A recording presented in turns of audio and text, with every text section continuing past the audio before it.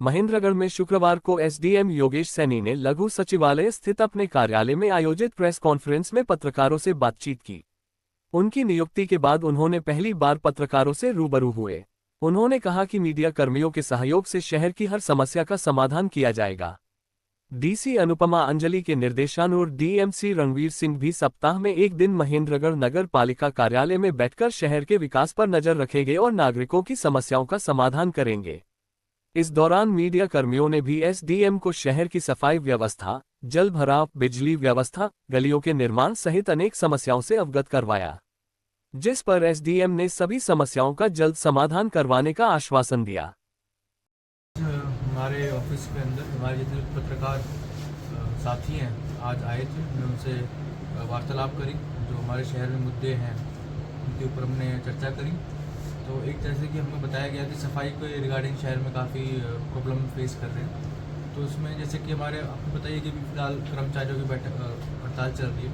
तो जितनी जल्दी हड़ताल समाप्त होगी है, जैसे भी सरकार से उनकी बातचीत चल रही है पूरी होगी, वापस से हम काम स्टार्ट करवाएंगे साफ सफाई का। और इसी के साथ डीसी मैम ने एक आदेश भी जारी करे, जिसमें जो हमारे डीएमसी साहब हैं उनको भी कहा गया कि थर्सडे को वहाँ नगर पालिका में रहेंगे महेंद्रगढ़ के अंदर, ताकि वो खुद बारीकी से जो समस्या शहर में आ रही है उनको समाधान। अतिक्रमण की जो समस्या है वो काफ़ी टाइम से चली आ रही है। इसके रिगार्डिंग भी मैडम की तरफ से ड्यूटी मजिस्ट्रेट अपॉइंट हो चुके हैं। बिकॉज कि हमारे जो कर्मचारी हैं वो हड़ताल में हैं, हमारे पास स्टाफ की कमी है। तो जैसे ही वो पूरी होती है उनकी मांगे, जो भी जैसे सरकार सही समझती है, जैसे ही वो हमारे पास स्टाफ अवेलेबल होगा हम ज़रूर वापस से ड्राइव निकालेंगे और उनको हटाएंगे। आप सही कह रहे हैं कि महिलाओं के लिए कई बार ऐसी बात आई भी है कि शौचालय की उपलब्धता नहीं है। तो हम टेंडर निकाल चुके हैं नगर पालिका सारे सफाई के लिए, बट उससे पहले भी हम कोशिश करेंगे वो टेम्प्रेरी अरेंजमेंट कर सकें, ताकि जो हमारे मार्केट में जो गाँव से महिलाएं आती हैं उनको शौचालय की सुविधा मिल सके। एक साथ जैसे अपने यहाँ पे पार्किंग के लिए यहाँ पे एक वो होता था कि टेंडर छूटता था पर्ची वगैरह काट करके, तो यहाँ पे अपने कोई स्पॉट ही नहीं है कि कोई वाहन चोरी हो जाए यहाँ पे। फिलहाल जो आपने बताया कि टेंडर छूटना और जो टोकन करना, वो बेसिकली जो बैठक हो गई नगर पालिका की, तो बीच में सारे पार्षद भी होते हैं, तो वहाँ पर मंजूर होता है। ऐसे कोई भी हम फीस लगाना स्टार्ट नहीं कर सकते हैं, उनके खुद के नियम कानून है। परंतु अभी हमने ओपन कर रखा है कि भाई इसको आप यहाँ खड़ी कर सकते हो अपना फॉर द मीन वाइल। जैसे ही वो बैठक समाप्त होती है, कुछ रेट निकल के आते हैं कि ये रेट है 5 रुपये 10 रुपये, और उसके हिसाब से हम जितनी भी सिक्योरिटी है वो प्रोवाइड करवा देंगे। तो अभी वहाँ तो 10 रुपये 20 रुपये ले रहे हैं, अभी स्टार्ट हो चुका है इसमें। हाँ, वो सुबह 10 रुपये 20 रुपये ले रहे हैं।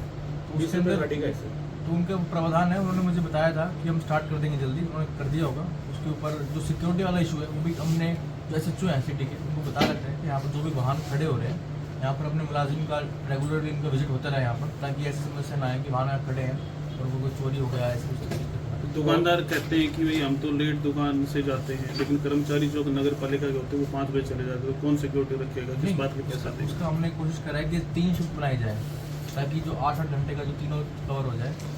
क्योंकि अभी प्रपोजल ही स्टेज है तरीके से, तो हम कोशिश करेंगे 8-8 घंटे की शिफ्ट बना के, ताकि रात वाला टाइम भी कवर हो जाए 9-10 बजे तक का, जब तक कि वाहन रहते हैं यहाँ पर। वहाँ पर लिखा हुआ है सर CCTV कैमरे की निगरानी, वहाँ CCTV तो है नहीं सर। नहीं, जो हमारे जो हमने अभी होंडा कंपनी से लगवाए हैं CCTV कैमरे, वो भी इनॉग्रेशन होना बाकी है। जब इनॉग्रेशन हो जाएगा तो वहाँ भी लगवाएंगे, वहाँ पर उन्होंने बोल रखा है हमको ऑलरेडी। अगर फिर भी अगर कोई बाहर गाड़ी खड़ी करता है तो उस पर क्या कार्रवाई करें? उनमें चलान हो रहे हैं फिलहाल। अभी 4-5 दिन से जो हमारे नगर के SHO हैं वो रेगुलरली 8, 10, 15 दिन जितने भी चलान कर रहे हैं, और कल भी किए थे, परसों भी किए थे, मुझे जानकारी मिली थी। तो मैं जितने भी हमारे मार्केट में जो आते हैं हमारे नागरिक, उनसे ये विनती है कि आप जब भी अपने वाहन लेके आइए तो कृपया पार्किंग वाले एरिया में खड़ी कीजिए, क्योंकि इससे असुविधा क्रिएट होती है पूरे मार्केट में। और जो भी हमारे व्यापारी भाई है बहन है, वो भी आप अपना जो व्हीकल लाते हैं अपने घर से लाते हैं, आप वहाँ खड़ा कीजिए। आप क्यों धूप में खड़ा करते हैं बाहर, रोड भी जाम हो जाता है। बढ़ते हुए अतिक्रमण को लेकर क्या संदेश देना चाहते हैं? संदेश यही है कि आपसे पहले भी बता चुके हैं, आप पहले भी प्रशासन कोशिश कर चुका है, उसके बाद भी आप एक जिद है आपकी जो आप समझ नहीं पा रहे हैं। अतिक्रमण से पूरा शहर को नुकसान नहीं होता, किसी का कुछ अच्छा नहीं होता। अगर आपको लगता है कि अतिक्रमण करके हम अपना सामान ज़्यादा बेच पाएंगे, वो आपकी गलतफहमी है। अतिक्रमण से लोग आप बाजार आएंगे ही नहीं और आपके कोई सामान खरीदेगा ही नहीं। अगर आप पूरे बाजार को साफ सुथरा रखोगे, अतिक्रमण फ्री रखोगे, तो लोग आएंगे, ज़्यादा सामान बिकेगा, आपका बिजनेस चलेगा।